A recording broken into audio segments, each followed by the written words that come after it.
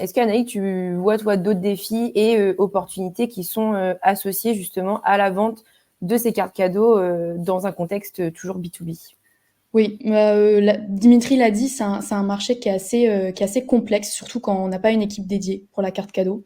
Donc souvent, les entreprises, quand elles se lancent sur ce marché, elles ont rarement une équipe déjà dédiée spécifiquement à la carte cadeau. C'est souvent rattaché à un directeur e-commerce ou à quelqu'un qui gère spécifiquement du B2B. Donc ça, c'est un premier axe, c'est un marché complexe. Et c'est pour ça d'ailleurs que Buybox est là, c'est qu'on vient offrir une expertise, on vient offrir un accompagnement. Notre but, c'est de permettre à une enseigne comme The Fork d'avoir une lecture simplifiée de ses résultats, une compréhension extrêmement claire du marché et une expertise qui fait qu'ils ne sont jamais perdus sur ce marché qui n'est pas forcément simple. Pourquoi il n'est pas forcément simple? Et c'est qu'il est extrêmement concurrentiel.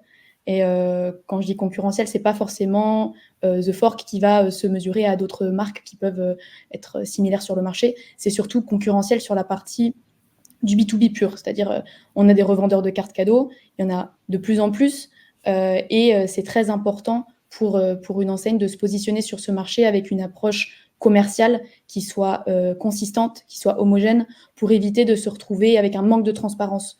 Quand une enseigne comme The Fork va accorder des commissions à des revendeurs pour être présents sur leurs canaux, il faut qu'ils soient sûrs de ne pas être plus dépendants d'un revendeur que d'un autre, d'avoir des conditions de marché qui sont différentes d'un acteur à un autre, parce que très vite, en fait, on perd le contrôle de la distribution de sa carte, et c'est vraiment quelque chose qui peut devenir dangereux pour une enseigne qui veut être présent sur ce marché.